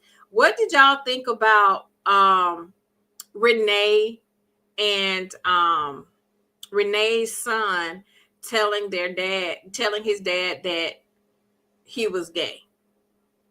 Did y'all think he was going to behave the way he did or be receptive to it? I kind of didn't think he was going to be receptive to it, but I kind of was rooting for Renee and her husband to get back together. I really, really thought that they probably would have worked it out. But it's one thing to cheat, but it's a whole nother thing to bring home a baby. That is a deal breaker. That is a deal breaker. But I was glad to hear that Renee had gotten over the whole stint of her turning to the bottle. She kind of had gotten away from thinking that they were going to get... What was his name? What was his name, Teresa? What was Renee's husband's name? I forgot. Yes, Janice, she needs to be seen all the time. She got to be in everything. They definitely don't take it lightly. Lady Sweetness says, I didn't think she was going back to him. Not only a baby, but Becky's baby. Yes, Becky's baby. What was his name? Oh, let me look through. So it was Kingston. It was Eric. Yes, Jackson. Thank you, Teresa. It was Jackson. It was Jackson. Now, you remember that Renee basically had started to accept the fact that they weren't getting back together. She had accepted the fact that she was getting ready to go to court, right? She was still having to go to court for the accident that she had when she ran into the lady's car when she pulled up in the subdivision. So she was preparing herself to go to court for that. She had kind of fixed her relationship with her son. You remember the when her story popped up, it was talking about how the her assistant had left the son and moved to Atlanta, and the son was kind of going through his depressive stage because he left, but it was because Renee actually paid him off to leave. He took the little $5,000 and he left, and she told him not to come see her son again. But she also told her son that it was time for her to tell his dad that he was gay. But the son wanted her to tell him, and she was like, "No, I feel like you need to tell him." Then, it came to the day that he actually told him. And remember, he was speeding out of the cul-de-sac and he almost hit Jessa when she was coming in the SUV when she was coming from one of the little news things she was at. And she almost hit him in the little car that he was rolling out of real fast. And when she passed by Renee's house, she saw Renee and Jackson out in the yard arguing. And she mentioned that she thought Jackson and Renee would have gotten back together. But that was, of course, she didn't know the other stuff that was going on behind the scenes. She didn't know about the baby at that time. And she didn't know that the son was gay until she pulled up rolling by their house and she let the window down and she heard them arguing about that. So I didn't like the fact either that he was kind of like trying to be that way with his son because the son was gay. And she kind of said that Jackson had fell back a little bit too about stressing her about coming back home. So he kind of had came to the realization that they weren't going to get back together. And she had already filed her divorce papers and she had already started getting her back blown out by somebody else. How in the world did Jackson have the audacity to be mad? You remember when Jackson popped up at the house?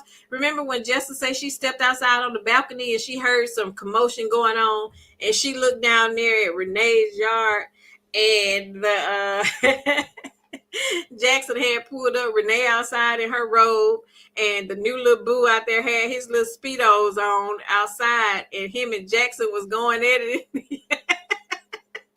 Him and Jackson was going at it in the yard. Girl, I was sitting there like, now Jackson, you got a whole baby by your whole side chick. The audacity of you to pull up at this house and be mad that Renee in here getting her back blown out. At least y'all separated. She done filed for divorce. You did it while you was in the marriage and got a whole kid. Yes, Lady Sweetness, that baby had Renee drinking. Girl, she was on that bottle hard. You hear me? Teresa said he needed to be gone because the dad would have probably unalived him. His son was a minor at the time. She caught him. Absolutely. And even that, and also the fact that Renee said, I almost slept with this guy. So there's no way I was going to let you be in a relationship with my son. That wasn't happening. So yeah, he was wrong for that. He was definitely wrong for that. Miss Lady says Jessa was still ear hustling, Miss Lady. She was still ear hustling. Janice said, I forgot about that part. Girl, Jackson was out there throwing them blows, honey. Jackson thought she would only be with him. Or had the audacity to think, did you think she was going to just be sitting there waiting on you while you over there with your new Becky and your new kid and all of that? Did you think that this lady wasn't going to move on? Like why are you mad? Why do men do that? You already done stepped out. Not only did you step out, you got a whole baby. Do you think that she ain't going to eventually move on and find somebody else? But why you mad and want to fight? Why you in your feelings? When none of this would have happened had you had kept your little penis in the house and not been out here making babies. Not only messing around, but you doing it raw like Teresa said. You should have stayed in the house. Teresa said that's the way men are. Right. They can't take what they dish out. They cannot take what they dish out. How did y'all feel about Aria and Kingston? So when they introduced Aria and Kingston's story, it was telling us about how they went to therapy and they had worked out their situation and they were pregnant. They were expecting a kid. So they were able to get past what they were going through because remember in book 2, Kingston had left and went and moved in with his parents. He wasn't coming home to Aria. So they were still doing their thing. But in this book, it opened with Aria and Kingston having worked out their issues. They were expecting a baby boy, and Kingston was excited. They had moved past the whole Jessa situation. They basically had kind of blocked her out. They had blocked her out. And you remember when Kingston caught Jessa at the mailbox trying to put the letter in the, I guess the apology letter in the mailbox, but Aria never opened it.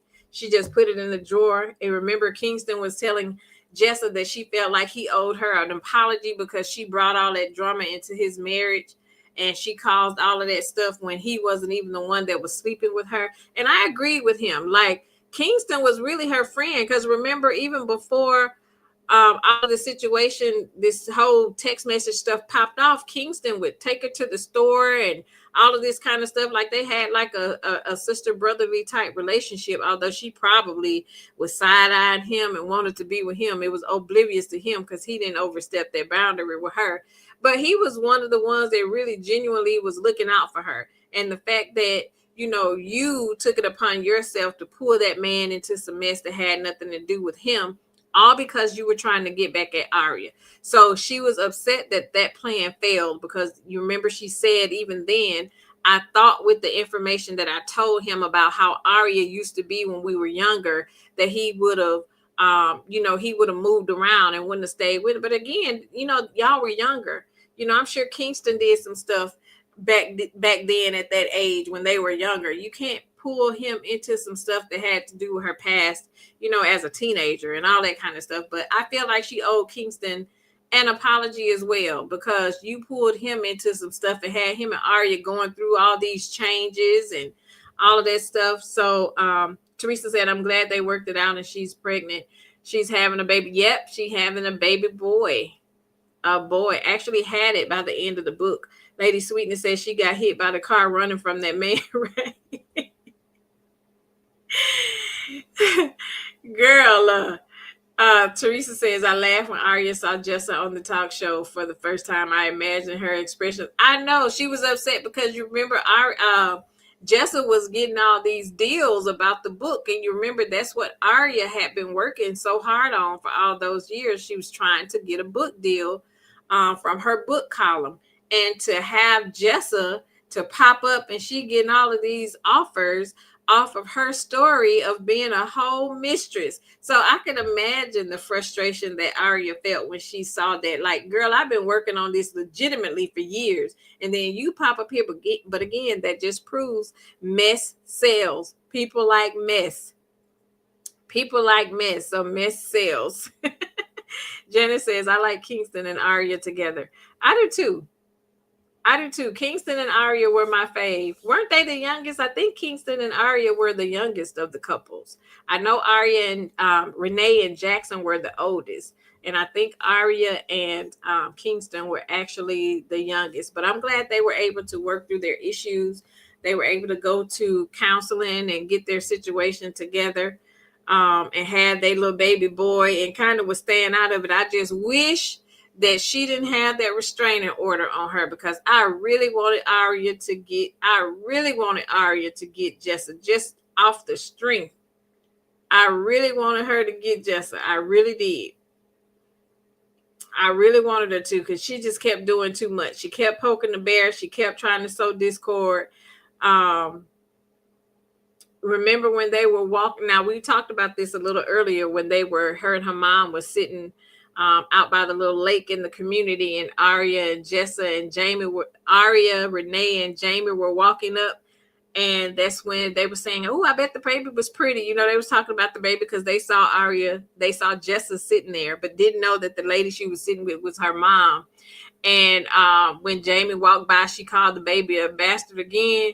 And Jessa had let it flew. Jessa let it flew. She didn't say anything. Remember, the mama gave the baby to Jessa, and she went over there and slapped her down the hill. Girl, all I could picture was Jamie rolling down the hill and rolled into the water. The little lake had algae in it, as Jessa said. But girl, that mama would have got them hands. But she told Jessa, don't you ever let nobody disrespect your baby and call your baby no bastard. But I'm like, girl, it is a bastard. It was a whole bastard. Teresa says, mess definitely sells. Look at us reading this mess. And it's good, ain't it, girl? Janet says, Aria wanted to tag that buffer. Girl, Aria wanted to tag her a couple of times. You hear me? I did too, Lady Sweetness. I hollered too. And I was so surprised that, they just helped pull Jamie out the water and they just walked away. Because, girl, I'd have came back up that hill and look, mama would have got her little face tagged a couple times. Exactly. I would have too, Lady Sweetness. I would have come running. You go get these hands, because how dare you? So did y'all think that it was a good idea with everything that Jessa had went through, did y'all think that it was a good idea for her to want to turn this whole mistress thing into an actual business? Because when we're listening at her talking about the dynamics of the business and how she would operate the business, because at this point she said, I really, really want to start a business to help women find out if their husbands are actually cheating, if they're actually, so her business would be where women could come to her, and I guess they hire private detectives to sort of like Cheaters, like the show Cheaters, but she was going to call it Mistress Inc. But what I hope happens, because you remember it was Aria that actually gave Jessa that name, that idea about that name. Because remember when they were arguing with her and they met her out in the cul-de-sac. They was outside in front of her house and they was like, what you trying to do? Start some type of little Mistress Incorporated business or something, trying to do all these little interviews and stuff. So it was Aria that actually gave her the idea for that name. So if I was Aria, I would be petty and I would go patent that name. And before Jessa actually did it, so she could sue her and get the rights to that name. Just to be petty, since Aria want to be petty.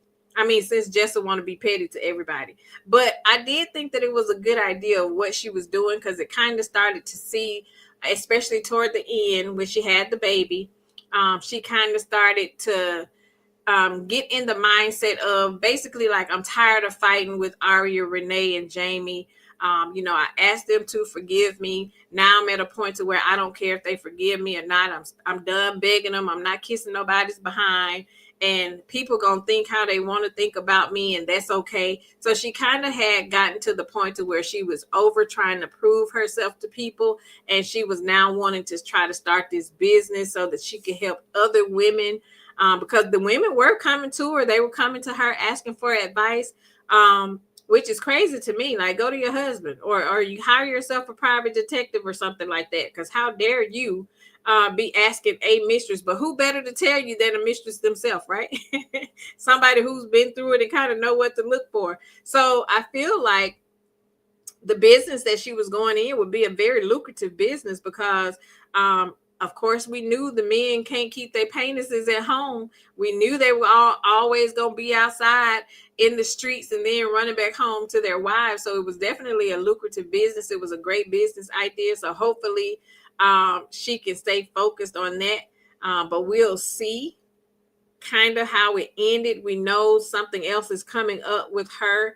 And I think we still have some more to find out about. Now, before we get too far at the end, what did y'all think about the proposal? Remember when the daddy showed up, she had called the daddy to tell the daddy that she had decided to sign the papers, right? So when the doorbell rang, she thought it was going to be both of them, because remember, that's the day that she had got the gun, and her plans were to kill both of them. Their plans were to kill both of them. So when he came to the house by himself, what y'all think about his proposal? Basically, like, you ain't got to sign the papers. You just be my mistress for however long, he said, but you just be my mistress and it'll just be between us, and I'll tell my wife to drop the lawsuit. How did y'all feel about that? Because that bothered me. And all I could do was cringe. Teresa says, Lord, please don't give Coleslaw no ideas. Girl, Coleslaw missed her calling. Because, baby, she should be waddling in millions about now. You hear me? Yes, Lady Sweetness, we are the best detectives. Because, baby, if it's something to be found out, we going to find it out. Yes, Janice, his nasty butt. Girl, I was cringing at the fact, and I was sitting there, I said, Jessa, please don't do it. Because I just feel like, for one, he could not have forced her hand to sign those papers. And I was just sitting there like, it's not your fault that of what happened to you when you were young and that you had this baby by your father, because that was incest. You had nothing to do with that. And the fact that your grandmother sent this baby off and put this baby up for adoption, like that had nothing to do with you. Why would you allow him to hold that over your head? And I get it was a secret that she didn't want to come out, and she didn't want to disturb whatever life that what was the baby name, Georgia, whatever life Georgia was living with her adopted parents and all of that kind of stuff. However, even if he had have brought that up or researched or did whatever he did, why was she able to let him hold that over her head? I never understood that, because that's not a bad thing. I get that it was a secret she didn't want told, because then of course Aria, Jamie, and Renee would see like, okay, girl, you got skeletons too. You was telling all of our business, but you didn't tell that, which is typical. That's what people do. They tell yours, but they don't tell theirs. So I get that she probably wanted to keep it on the low because she didn't want them to find out about it. But I wouldn't have let him hold that over my head. Girl, I was about to gag when he was rubbing her, and then she was like, oh, he led me to the couch, and he pressed his body up. I was like, oh my gosh. I was like, girl, please. And she was like, I did what I had to do because I didn't want that secret exposed.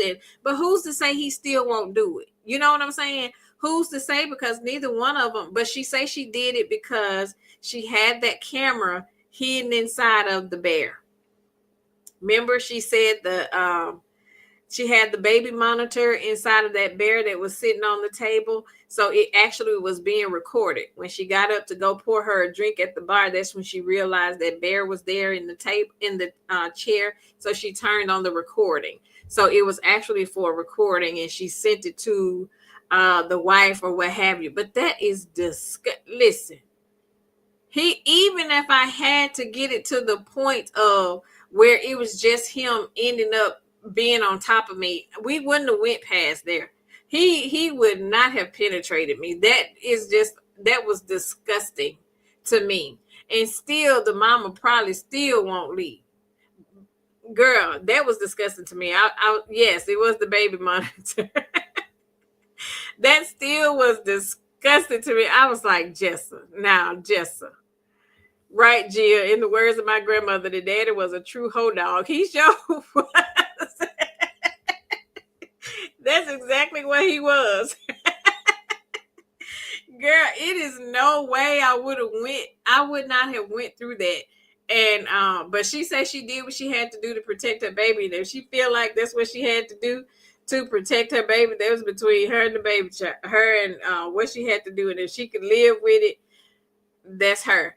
Then she talked about right, Janice, ew, nasty. She talked about how she never called Tyson again, and she said she had been ignoring his calls, and Henry had been ignoring her calls. So neither of those relationships ended up working. And she decided, remember, in the end, she decided to finally, after going through all the renovations to renovate the living room and to put the baby's room in there, she decided to put the house on the market. At the end of all of this, she finally decided to move. She finally decided to move away. She and her mom. So it seems like her mom had gotten healthier. Her mom had went through her treatment, and she was able to get healthy. And she was able to move, and her mom decided to move with her, because at first, you remember, her mom did not want to sell her house. Her mom didn't want to move out of Harlem because she said she worked hard for that house. And she was basically telling Jessa, like, you just don't understand what I had to go through to get this house. And it's probably something that the mama did, the grandmother did. We'll probably end up finding out. But she and her mama decided to move to upstate New York. And she decided to start her business. So she did move forward with starting her Mistress Inc. business.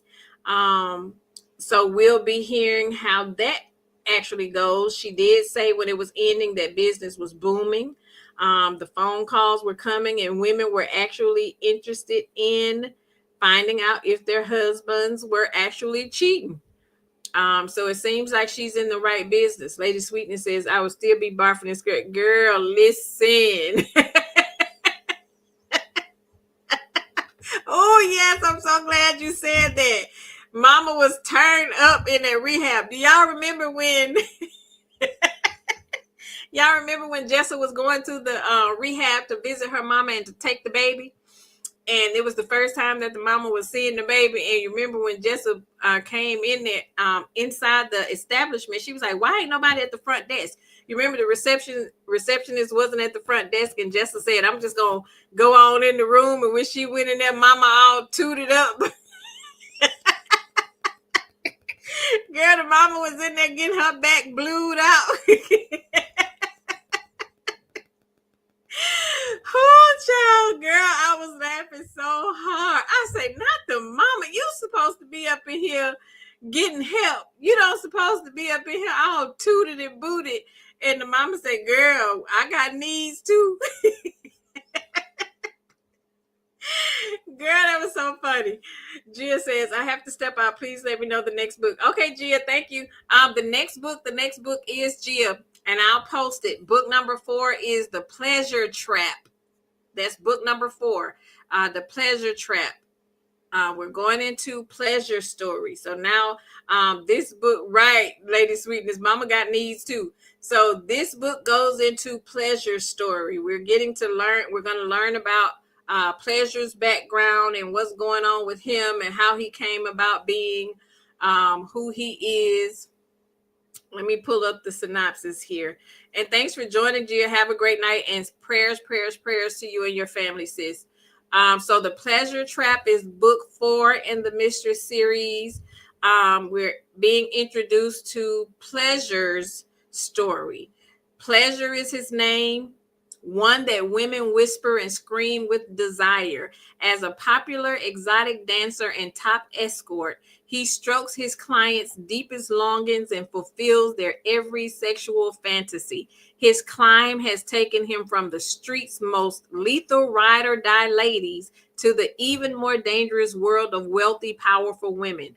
All along, he believed leveraging his chiseled body for a life of luxury would help him outrun his tormented childhood and bitter distrust.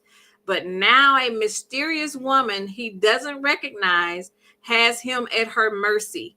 She's determined to punish him for reasons he doesn't understand. Saving his own life means Pleasure must figure out which of the women from his past has a deadly obsession brought on by either the insatiable passions he ignited or the pain he caused. And when a long buried secret arises, will he be able to survive, or will facing it completely destroy him? Whew, Pleasure. So Pleasure got some secrets, y'all. Pleasure got some secrets.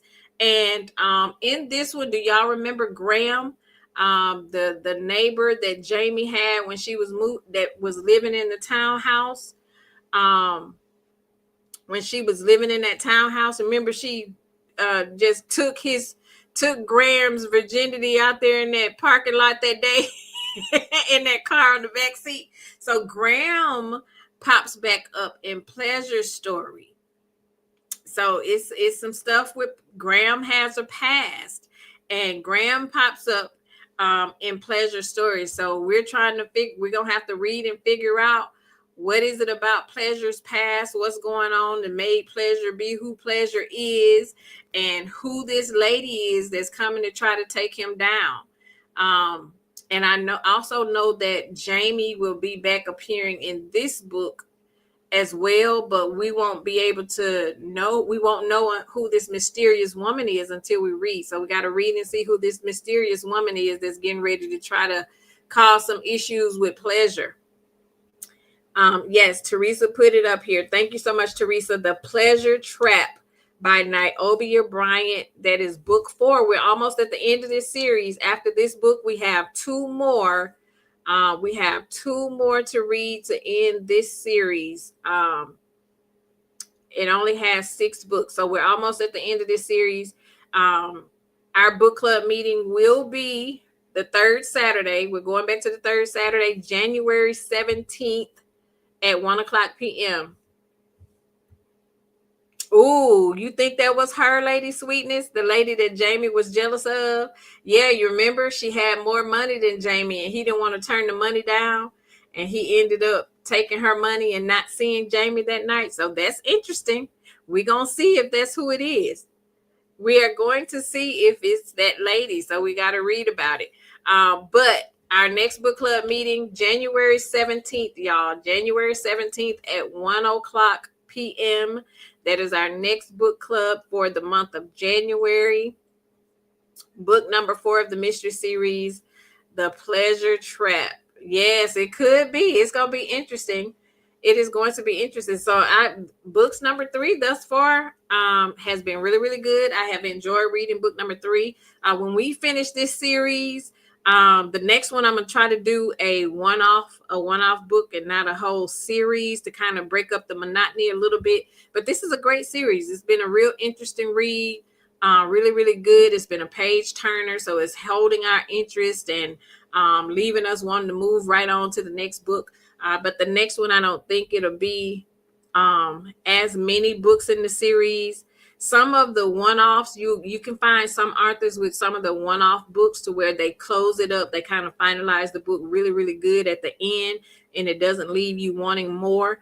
But some of these series be really, really good. So either it'll be a one-off or it won't be as many. It may be a two book series or what have you. But I have some great reads in the arsenal. Some really, really good authors. And I just keep adding them to, like, the library is huge, y'all. And it's so many good ones. So I've just been toying with which one do we start after we end this series? But we're almost at the end of this one. We got 2 more after we read book 4, and we'll be completely done with the whole Mistress series. But it's been a good read. I have been really enjoying rereading them, actually. Rereading them and getting reacclimated with what happened. Because even when I was reading this one, I don't remember everything that happened in this book when I was reading it this time. And I guess that's the thing. When you go back and reread a book after you've read it a long time ago, I missed a lot when I first read this book. So a lot of the stuff that was in it when I was reading it this time around, I don't even recall reading it before. So it's always good to go back and reread, because I did find some new stuff that I did not remember from the last book. So we have our book for January, book 4, The Pleasure Trap by Niobia Bryant. So y'all start whenever y'all want to. If y'all got some time, I am off the whole week next week for Christmas, and I am going to use a couple of the days to completely shut off and be able to read. And I need to start reading earlier, because my thing was I didn't read earlier than I wanted to with this one, and I literally just finished right before the meeting. I literally just finished. When I say I read all day today, sitting right here in front of this computer, but I was reading this book the whole day. I was determined to finish before this meeting, and I was intrigued. It was good. I was turning them pages, and I just really started last night. Just started. So I basically read this book in 2 days. Between yesterday and today, I was able to finish right before the meeting. And I don't like to do that, because I really like to be able to take my time. Because when you're reading and you have to keep highlighting and writing down questions and stuff, it kind of make you read slower than normal. So I want to give myself enough time to read the book and be able to do my questions without having to rush and go through it that way. But I've enjoyed it. I hope you all enjoyed the discussion. Janice said, me too. I finished this morning. Girl, I was pushing it. You hear me? I was pushing it, and I was determined to get it finished, but we made it. I finished, I think, probably about 5:45. I finished reading the book, but I enjoyed it. It was good. I'm going to make sure I don't take that long to try to finish it the next time. But Teresa said she had a chapter left. Well, you did good. At least you only had 1 chapter left. It was pretty much just a closing up, what had happened. Lady Sweetness said, I did. I read it twice. See, you'll forget stuff. And sometimes I like to at least try to finish the week of the book club so that it's kind of fresh on my mind. It was real fresh tonight. But I was pushing it, though. and I don't want to have to push that close to the deadline for next month. But it's always good to kind of try to finish either a week or two before the actual meeting, so it's fresh on your mind, especially if you're a type of person that will read a lot of books back to back. Like you'll finish reading the book for book club, and then you'll jump back into one that you were already finishing. You'll kind of get twisted up a little bit. But I enjoyed it. I have been enjoying our book club. I love that you all love to read. That is one of my favorite hobbies. I love indulging in a great book. And I love that you all enjoy reading books as well. And if you have some that you want me to add to the arsenal, we don't always have to read the books that I have. Please feel free to send me some authors or some books that you think would be a good book for us to all read together and be able to use and discuss. Those are welcome as well. So please don't feel like you can't send me any suggestions. So if you have any good book suggestions, as long as they're not documentaries or self-help books, send some good books, but not self-help books or any documentaries, okay? So thank you, ladies, for joining us for another Book Table Book Club. We had an amazing time. This book definitely challenged us to think deeply and about loyalty, love, forgiveness, and self-respect, ladies. And one thing this discussion made clear is that growth begins on the inside when we decide to stop repeating the same old patterns and start honoring who we are becoming. Hint, hint, Jessa. Thank you so much, y'all, for bringing your voices, your laughter, and your hearts into our space. This isn't just about reading. It's about us having fun and growing through every page that we turn. Every discussion reminds us that we're not just reading books, we're building bonds.